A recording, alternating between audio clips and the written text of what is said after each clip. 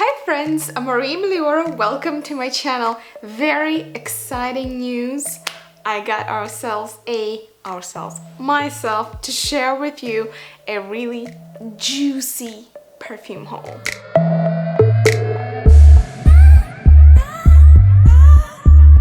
I'm currently resuming my hunt for the most vicious, the most animalic, seductive, zombie-like spicy lily scent that I can find in the market. I personally love white lilies. I think we all should have at least one like killer flower that we love so much that it kind of crosses the boundary of good and evil. Some people love tuberose, some people love jasmine, some people love rose. I personally am in love with the white lilies. I know that some people are sort of allergic or they just don't really particularly like them very much. To me, this is like the perfect white flower. It has facets of kind of innocent, light, kind of green, almost watery accords. It has everything. So I've been searching for a perfect, the best, the most complex and dimensional lily scent on the market. And one of the very expensive options that I'm currently wearing today, trying to get used to, is a Lise Mediterranee, is by Edouard Fleischer. I must say, this particular white lily scent is quite up there, as all perfumes that are represented by the Frederick Malle brand. Those are not for the faint-hearted, but they're also very complex. So if you're never really even sampled or tried any Frederick Malle scents, you should know that they're extravagantly expensive, very simply but elegantly packaged, and they have it all. What we care about in the modern market, like a lot of people care about sillage, about movement, about expressiveness of the perfume. They have that. They have the complexity, dimensionality, they have that. They have originality and certain maturity of the compositions, which really I think can please people with trained nose and people with not. It depends on what kind of accords really speak to you. I, for one, have probably at least 6 bottles of Frederick Malle on my wish list. They are just so damn expensive. I don't know when I will get to them. So I was really happy that in the Galeries Lafayette, if you're ever in Paris, or if you even want to dream about going to Paris, this is a place you should visit. They have the most beautiful decorations.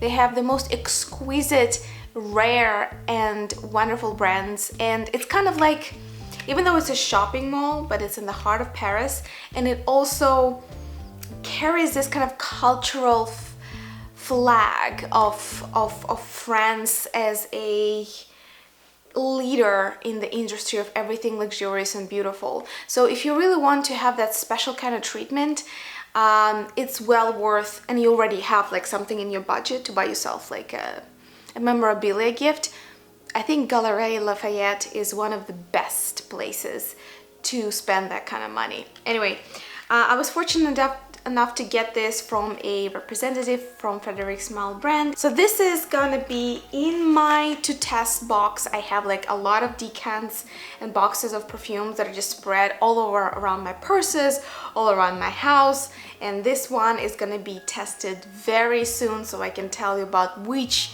white lily scent is actually the flashiest, which of them is the most mortal sin of all to wear on yourself. Alright, continuing. Since the house of Amouage, which is I think sort of like a Arabian/British brand, what the Amouage scents you find to be royally vibrant or overpowering really depends on where you personally stand in terms of how pungent and strong the smells you prefer. But Amouage is definitely up there in terms of sillage, in terms of like sort of the beast mode strength of what they offer to the market. And that's very true to the Arabic heritage. That's kind of the culturally how perfumes were conceived and blended for centuries in the south of Asia. And I got myself a few decants because, as many people fear those perfumes becoming flatter, kind of cheaper sounding and simpler, I decided that I need to have another go at them and make sure that if I need something in my collection, I get it now before the kind of old generation bottles are still out there on the market. So I got a few from Scentbird. By the way, yeah, Amouage is available on Scentbird, which to me is amazing. Amazing. Otherwise, the decants of Amouage would cost a fortune. But thanks to Scentbird, they're available for 15 bucks. So I got myself a few fragrances for women, and now I'm actually sampling fragrances for men.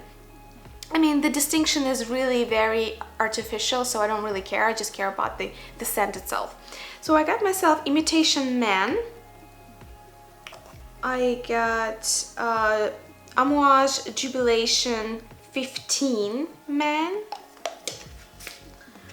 I got myself, oh yeah, I got myself quite a few. Amouage Fate Man. All of these are basically, this is how Scentbird sends them if you don't purchase the case, which is I think separate. It's very cute, but I don't really need it. So this is how you get the decants. It's about 8 ml, and now I have 3. So let's go again.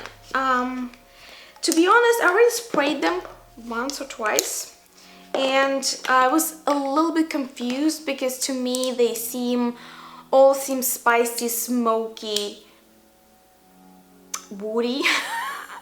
With obviously they're all different if you compare them one against the other, but overall I think if I sensed one in abstract just from somebody, I wouldn't be able to tell them apart. They seem to be very, very similar, at least maybe to my untrained nose, or just I didn't spend enough time with them. I find that the Amouage fragrances that are blended for women, at least according to their marketing, they display way more diversity of the olfactory profile, and yet the 3 scents that I got from them for men to me seem much closer in the olfactory space. They show much less variety. Maybe if my opinion changes, I'll let you know later on. If you actually notice that, please let me know in the comments below. I'm kind of curious about how those translate for you.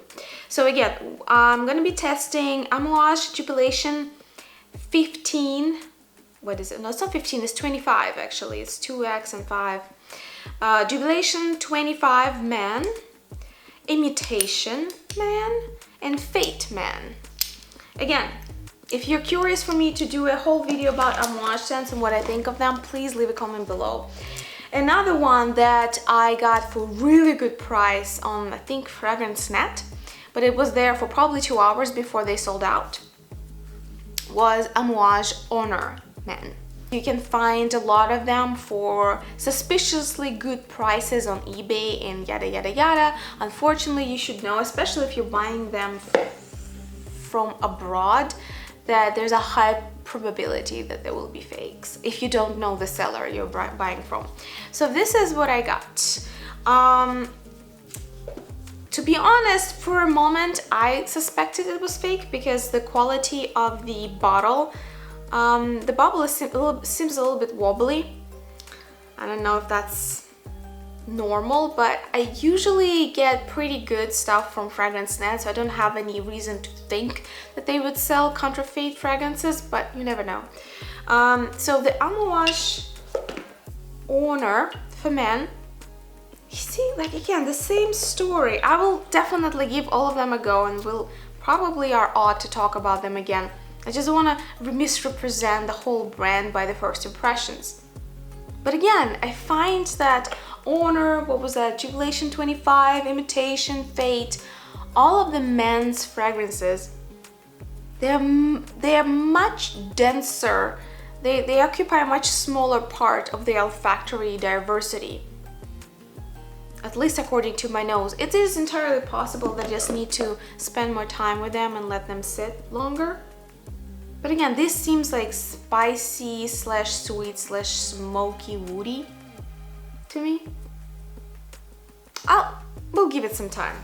I'm very excited for once to have a full bottle. I do have a lot of decants of niche perfumes because buying them blindly would probably just cost like a small house in Florida.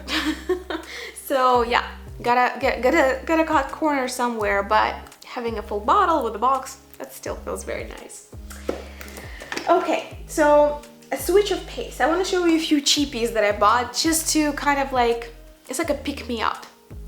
As much as I keep ranting about the quality of the perfumes and the story of this house and the compositions and the style of blending of that house, I have my own kind of cheap and very loved perfumes that I just wear to feel the comfort of it all. You know, not always we want to kind of dive into the complexities and or subtleties of the perfume. Sometimes we would just want to feel good and we don't want the smell to distract us or to control our environment.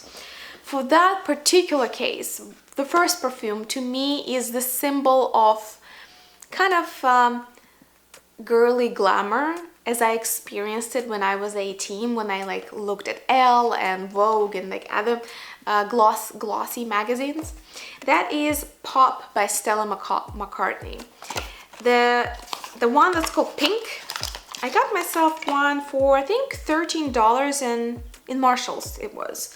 So it was really cheap, and the scent is very simple. It is this typical synthetic rosy,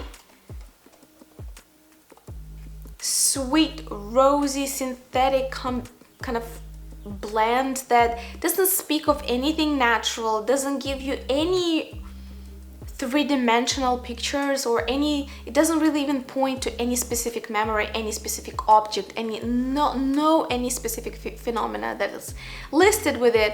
And the most concrete thing I can compare it with is the smell of the fresh glossy magazine, you know, like a thick glossy pages that are full of different makeup little testers glued to them. They have all these like fragrant pages, and it's almost like, as some people say, like that's how Sephora store smells like. You know, this very uncertain, charming, kind of like rosy synthetic smell. That's what it smells like to me. To me, this is kind of the escapism of kind of fashion and beauty magazines. Very happy that I got it for 13 bucks. 30 ml is gonna be more than enough for me to enjoy. And another summer favorite. This is, I think, is the fourth bottle in my collection, no kidding. This is I Love Love by Moschino. This one I think many of you know. I got this for $12 also in Marshalls. They had not very amazing, not pretty good. They had very good and pretty amazing sales when they just opened as like the first or second wave openings from the quarantine. It seems like all of that is shutting down again, or at least there's a real reason to kind of go back to a much more restrictive way of living, unfortunately for all of us, but you know, necessity requires that. So when they were just opening, at least in the States, they had some crazy sales. Unfortunately, I missed all of that. I was way too cautious to go those few first days. I kind of like peeked my nose into the stores probably several weeks after they all opened.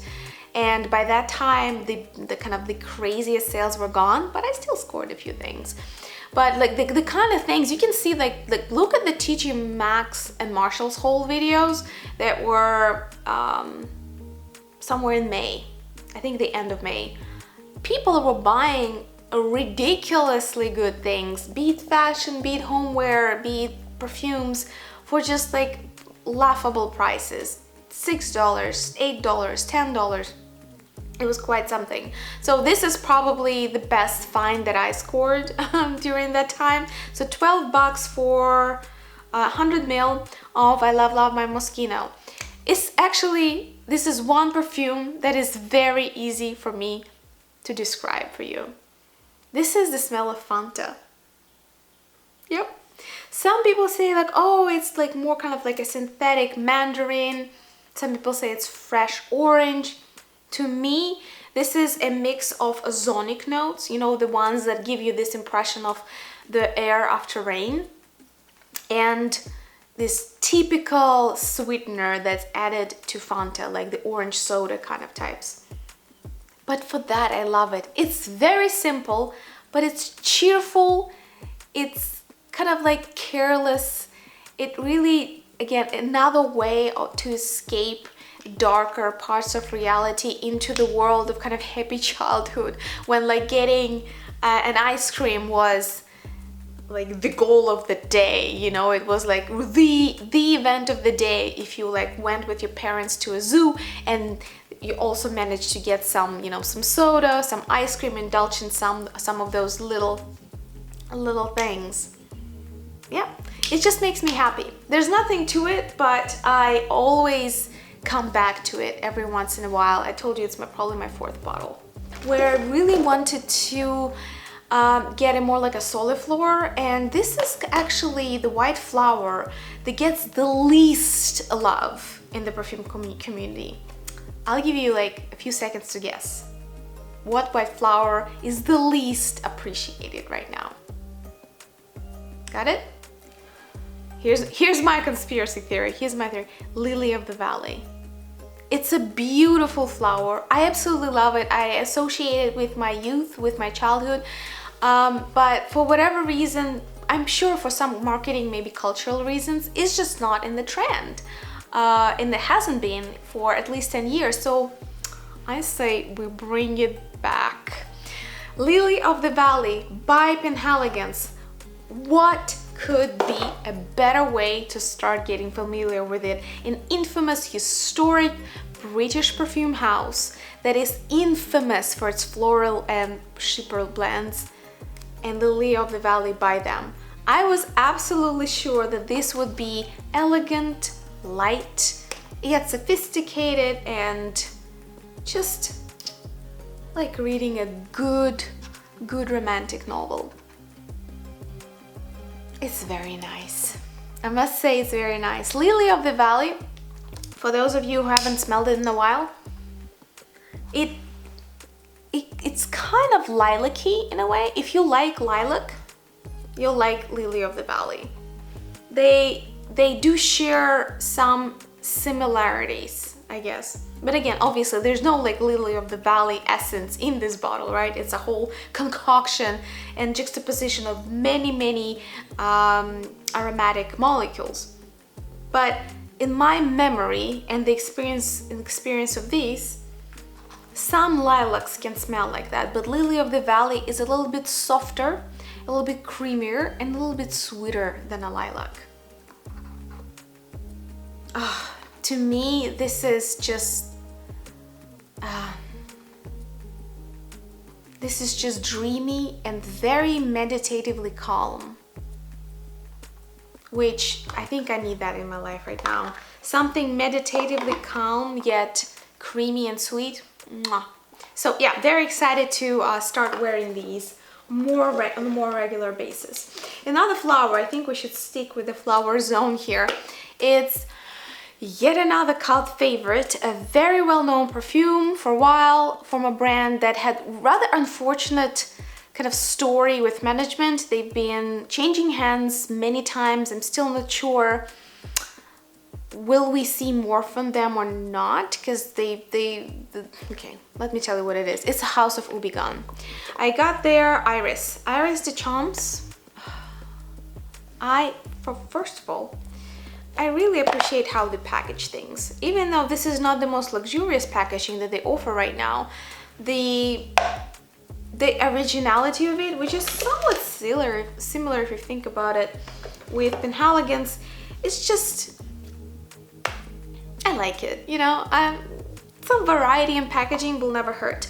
It's very beautiful. The inner packaging, I don't know if you can see it, it's kind of pearly paper with watercolory irises, yellow and purple inside.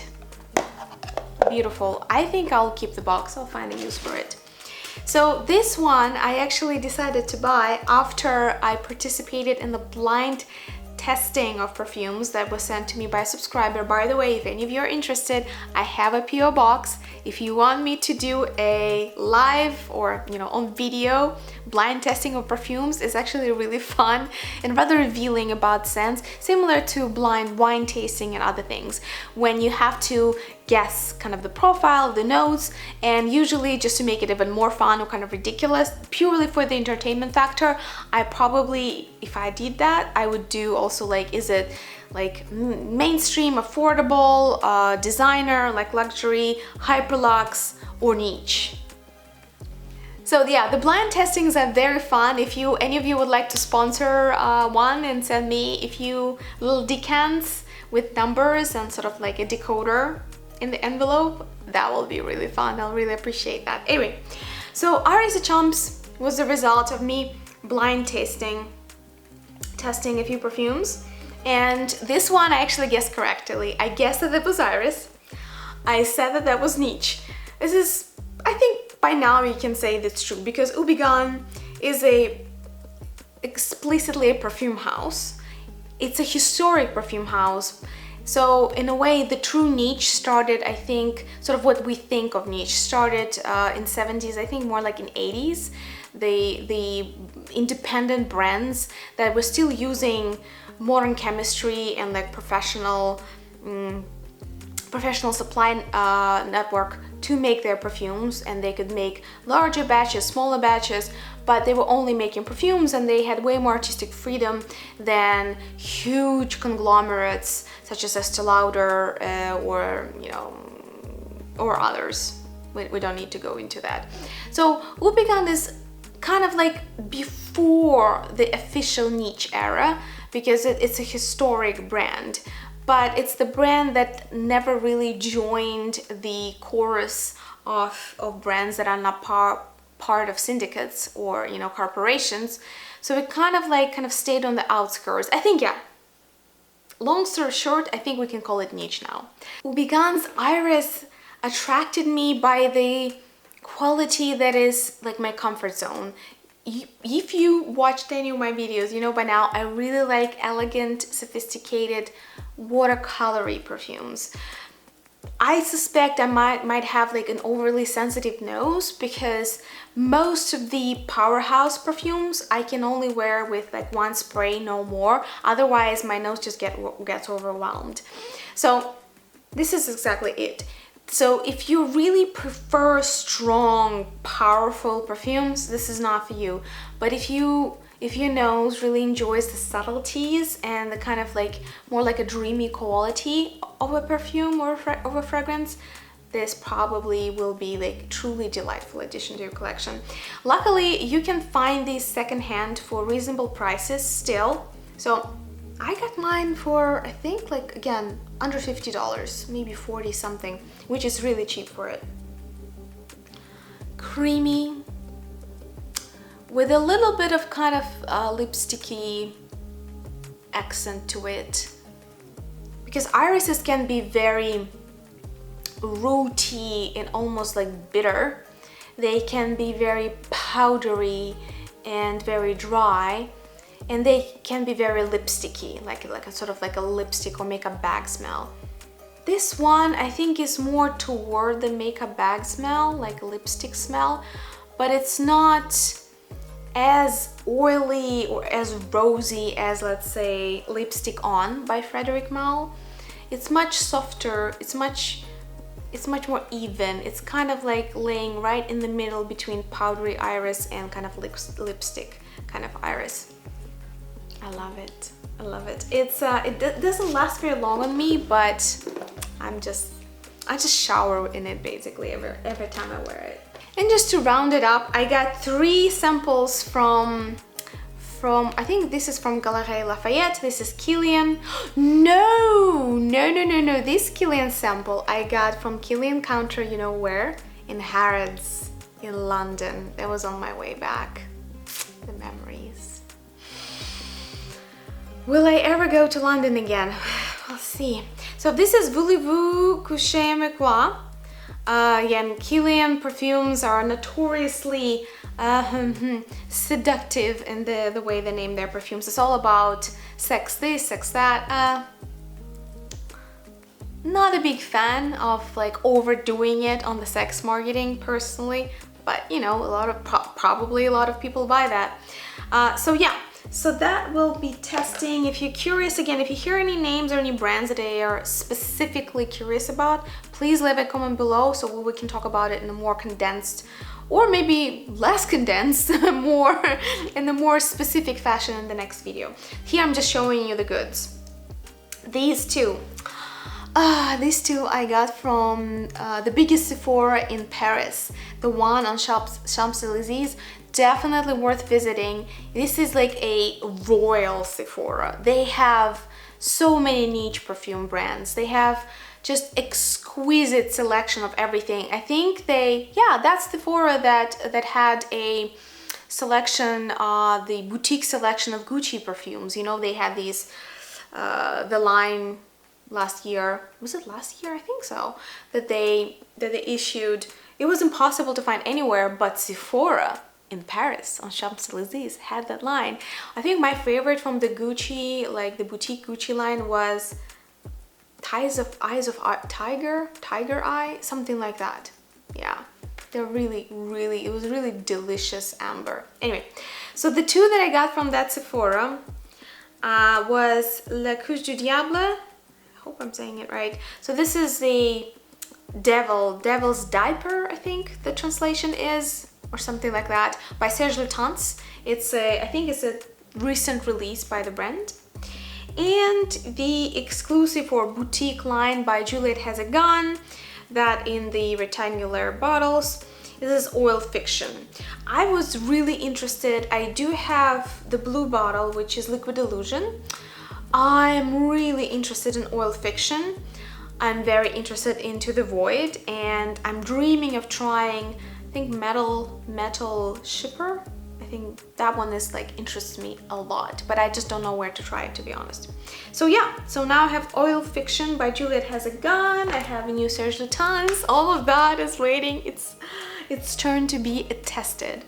I'm gonna stop here for tonight, but there's more from where this came from. I'm waiting for a few parcels. I'm still hunting for more Lily scents. I found a few places that had incredible sales of L'Artisan Parfumeur, one of like my first in the true beloved niche perfume brand. So I have a lot to tell you about in the future videos. So you let me know if you found this interesting, if you have any requests, if you have any ideas of what we should talk about next. I've been also thinking, should we do like a Q&A, like live stream, just like hang out, talk about perfumes, I don't know, get familiar with each other. If you're interested, let me know. Anyway, thank you so much for watching, and I'll see you in the next video.